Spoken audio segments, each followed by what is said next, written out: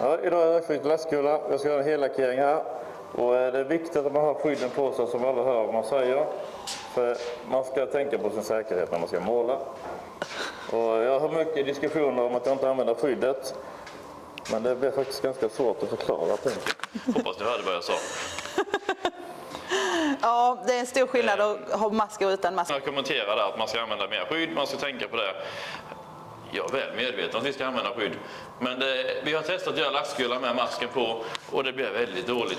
Det är svårt att höra vad man säger. Och är det inte redan svårt som skåning? Jag offrar min kropp och själ för att kunna göra bra lackskulor till er. Därför har jag inte skyddet. Om jag lackar denna bilen idag så kommer jag ha mask på mig. Jag kommer ha vantar, jag kommer ha mössa. För det är så det ser ut när man målar vanliga fall. Så rent krasst på din dödsbädd så ska folk veta om att du har verkligen offrat dig för lackskolorna. Så nu ska vi försöka göra detta regelrätt. Utan jag ska förklara först stegen hur jag tänker mig när vi lackar bilen. Så gör jag det, sen får jag gå tillbaka igen och förklara lite grann. För nu är det hellackering. Och inte så jag kan måla utan mask för det går liksom inte. Det är varken bra eller man kan inte jobba så. Sen är det ju också så här Morgan att vi pratar ju skånska här. Det är inte alla som förstår det. Så jag har ju börjat med texta videos här. Det blir väldigt konstigt. Det blir värre än danska. Så vi ska göra en liten julbonus här. Så att du får vända dig om också. För vi ska måla en mörkgrön bil. En liten granfärg, mörkgrön. Den är faktiskt mörkgrön, den här färgen på Volvo. Det var så enkelt förr i tiden. Mellanröd, röd, ljusröd, mörkgrön. Härligt. Och, det är inte ofta man målar en hel bil så här när allting sitter på. I detta fallet har kunden redan förberett bilen och fixat allting innan vi invändigt sådana grejer. Så han vill bara ha en utvändig lack på den här bilen. Så vi ska bara lacka utsidan, för dörrarna var inpassade och färdigt så vi skulle inte röra detta. Så nu ska vi lacka hela bilen ihopsatt. Och det är inte lätt att måla en hel bil så här. Inte ens jag som hållit på så länge tycker detta är lätt. Nu ska jag prata så alla förstår. När man lackar en bil så gäller det att hålla blöt under hela daget. Det vet alla hur det går till. Det känns det bra. För när du målar hela bilen så här så har du... Man kan justera detta med hastigheten på förtuningen. Jag har långsam. Men vi säger 10 minuter, 5-10 minuter. Sen måste du vara färdig med bilen. Alltså din förklaring på det där, det måste vara det bästa jag har hört. Jag kan inte sluta tänka på det. Ja, men, min lärare på min tid, han hade alltid sådana paralleller som vi ungdomar fattade. Han pratade det fattar folk. Okej då. Och det är faktiskt så, för du måste hålla bilen blöt. Så det ligger lite i det jag sa. Ja. För om jag börjar måla så här, om jag målar bilen så här, sen så går jag hela varvet runt så här, det kommer jag snart där borta igen. Jag målar taket där, man målar lite så här, man målar. Och sen så är jag här borta, sen så målar jag färdigt huven här då. Sen så när jag kommer hit här, då har jag varit så långsam. Så då har den skärmen börjat torka. Inte härda, men har det börjat sätta sig. Förtunningens uppgift, det är att hålla färgen levande kan vi säga då. När den förtunningen har avdunstat, som den ska göra, då börjar färgen härda. Det finns ju olika hastigheter, snabb, långsam och mitt. Så denna gången tänker du en långsammare härdare? Man tar en långsam, inte härdaren, det kvittar. Förtunningen. För härdaren, det är hur snabbt det ska härda. Men det börjar inte härda förrän förtunningen är borta. Okej. Jag har snabb härdare detta. Den snabbaste jag har.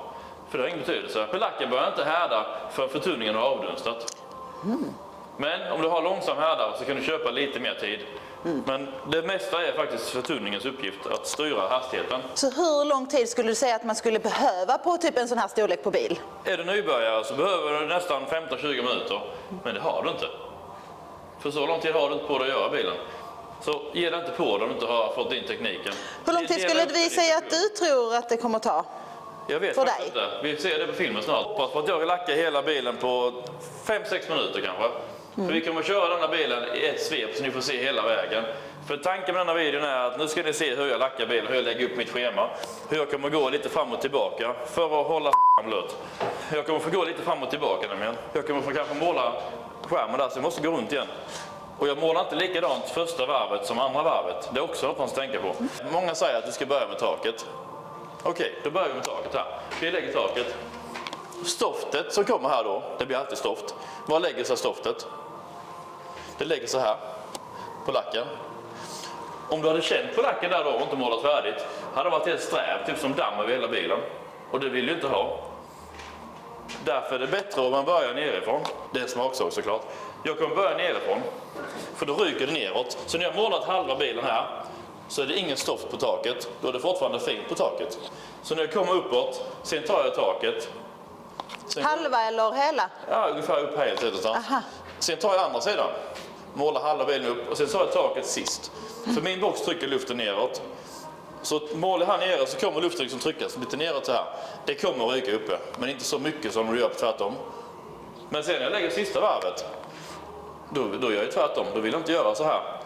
Då vill jag börja med taket. För det stoftet, då lägger det sig på en blöt lack. Då smälter det in i lacken. När stoftet lägger sig på en torr lack, då blir det stoftigt. Och då är det som de säger, då gör man som brukar. Man börjar med taket och sen går man neråt. Så det är helt rätt. Men jag har kommit fram till, efter alla mina lackeringar, att jag vill börja nerifrån och ta taket sist. Men då tänker jag så här, tänker du att du ska köra höger och vänster sida och sen tak, eller höger och vänster sida bak, fram och sen tak? Ja, det är lite det jag tänker att ni får se. Helt ärligt vet jag faktiskt inte. Nej, för det faller naturligt när man börjar måla. För det är lite när man känner du målar, när du känner hur snabbt du kan ta dig fram på bilen, hur bra färgen täcker och liknande, då anpassar jag mig efterhand och tänker hur jag lägger upp det under tiden jag målar. Men jag har ofta lite schema, så jag tror att vi ska börja på sidorna här någonstans. Så målar jag upp kanske på framskärmen, så går runt och bakskärmen, andra sidan.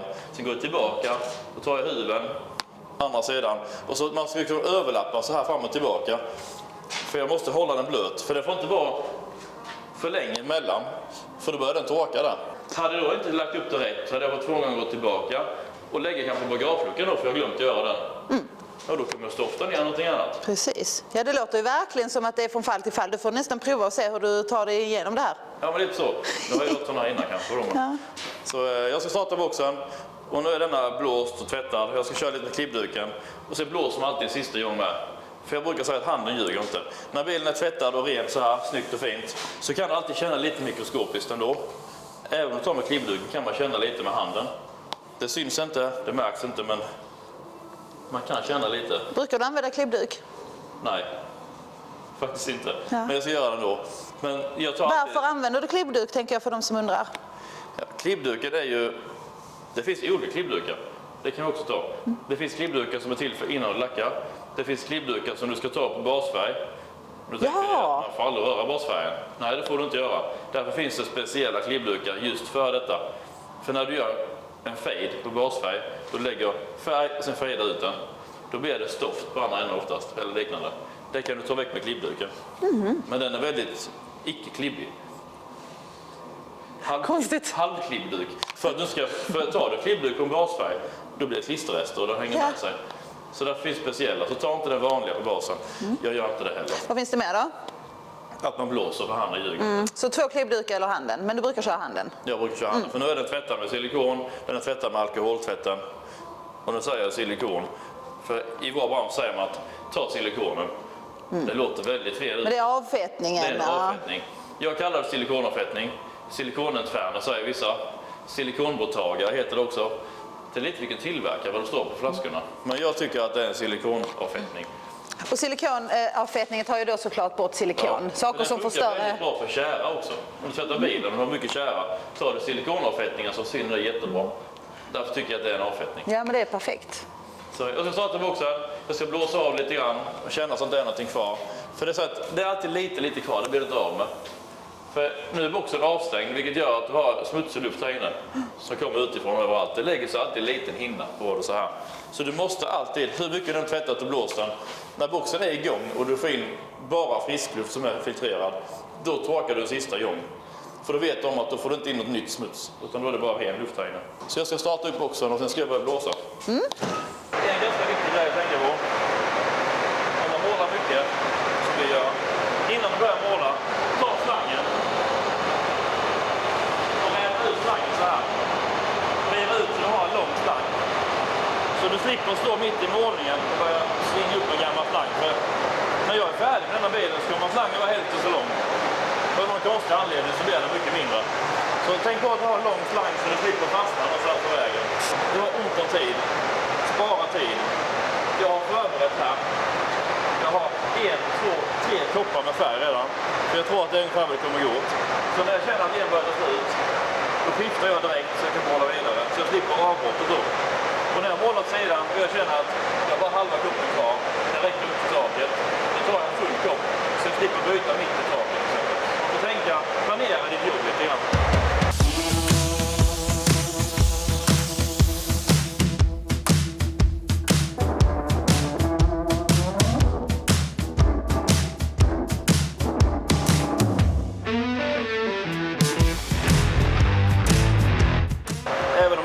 färdigt att måla i sig. Så blir det stoft när du målar. Stoftet slår tillbaka på fingrarna så det kommer bli helt röd, grön och lila, vilket färg den blir.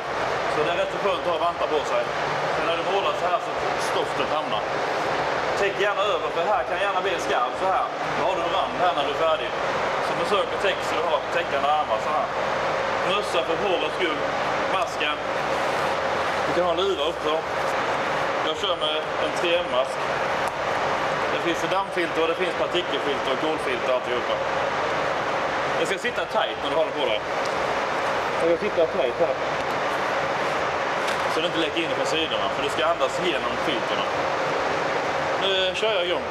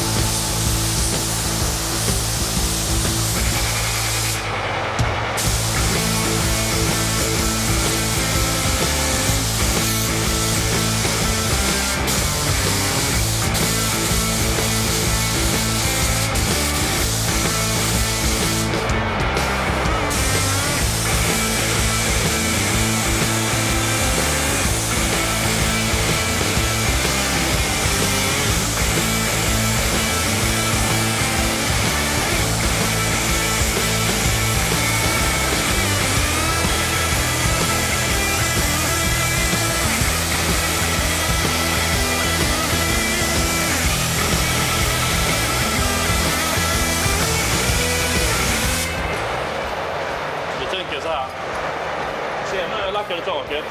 Du ser hur röken landar röken på huven. Man kan se redan nu att det börjar bli disigt här. Det är en liten disig yta här nu. Det är för att nu kan man rädda det nästa varv. Men det är för, nu ryker det ner på detta här ju. Och det stoftet gör att det blir disigt. För att det har redan börjat torka på huven. Jag tyckte jag var snabb, det kanske ni med tyckte. Men tyvärr så har det börjat disa så här nu. Hade det varit en torr yta varit ännu värre. Men det kommer jag blöta upp i nästa varv. Och så kör vi vidare på andra sidan. Heja Morgan! Har du någon tid du väntar mellan nu? Ja. Har du någon väntetid mellan första och andra? Ja, nu ska man helst vänta 5-10 minuter kanske. Det är lite olika vilken färg du använder, för det ska sätta sig. Men första varvet är väldigt snabbt. Jag gör av med 7 deciliter för hela första varvet. Jag kommer göra av med kanske 1,5 liter på sista nu. För det första varvet jag lägger nu, det är bara precis för att få bilen blöt. Och få en färg på den. I nästa varv då vill jag ha ytan på bilen. Men det ska inte vara för dålig yta. Som är det denna du jämför med en bra garagelack? Ja, det kan man säga. För nu är det väl ungefär som en bra garagelack. Det är inte 100, det är lite diesel fortfarande. Och det är faktiskt så med att ju tjockare du lägger, ju mer speltid får du. Nu la jag väldigt tungt, vilket gör att den torkar snabbare. Därför måste jag vara snabbare. Men när jag lägger nästa varv, då kommer jag lägga ganska flödigt på taket. Vilket gör att du köper mer tid. Jag köper kanske 2-3 minuter till. För då är den så jäkla blöt, så det är mer som ska ut ju. Ja. Mer som ska ut, mer tid. Och så andra varvet har jag lite mer lektid på mig att göra varvet. Och då har jag mer tid att bygga upp ytan liksom. Men jag får på första varvet, jag tror ni såg i filmen att när jag la taket så stoftade det och las över hela bilen. Och det stoftet vill du inte ha på en torr yta.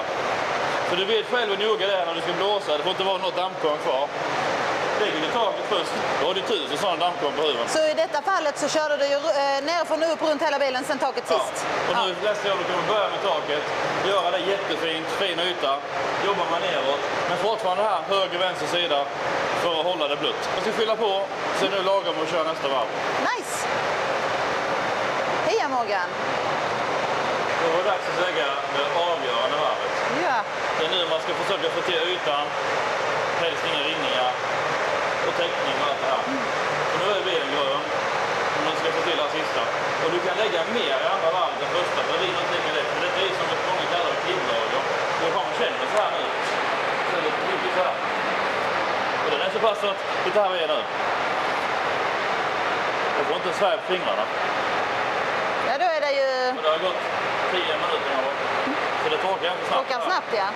Så, Det är lite julig färg med, det passar ju ja, temat. det verkar vara kul. Nu börjar jag med taket.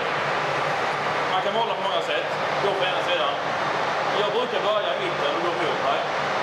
Och det är den enkla anledningen att när jag målar på mig, då ser jag inte vad jag gör. För då ser jag bara en riktigt stoftig hinna. När jag målar mot mig, då ser jag mycket tydligare vad jag gör. Och det är mycket lättare att se hur mycket material det får på. Så nu använder jag lite stege. Jag delar upp i sektioner. Jag kommer måla en fjärdedel, flytta mig en fjärdedel. Jag kommer inte springa genom hela taket. Så nu kör jag och nu kommer inte jag göra några avbrott och prata. För nu ska jag göra färdigt bilen.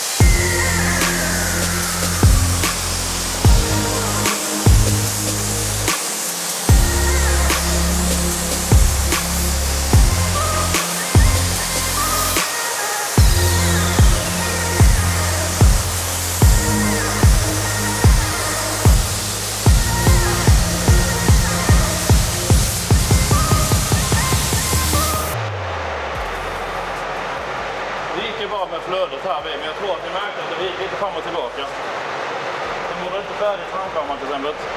Så jag väntade med dem till jag hade färdigt fronten. Och då ville det liksom torka bak, så då hade jag tiden på mig där framme.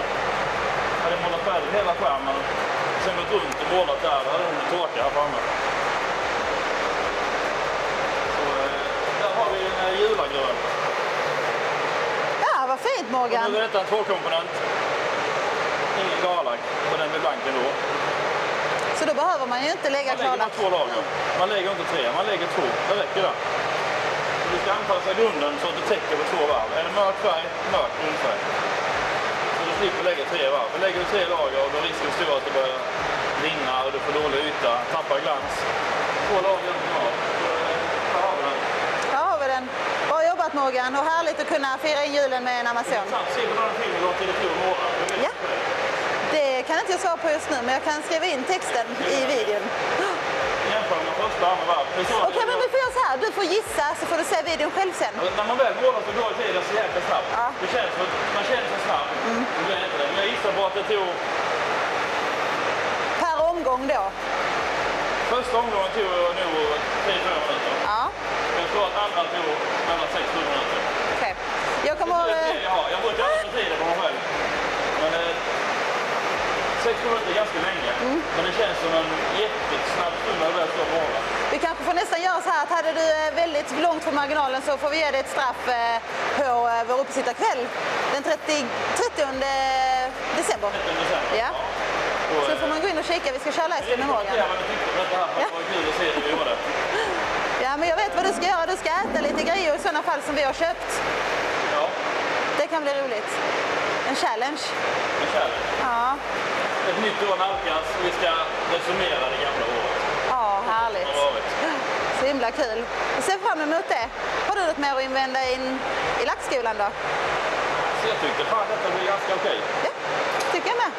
Ha det så bra Morgan. Samma. Hej.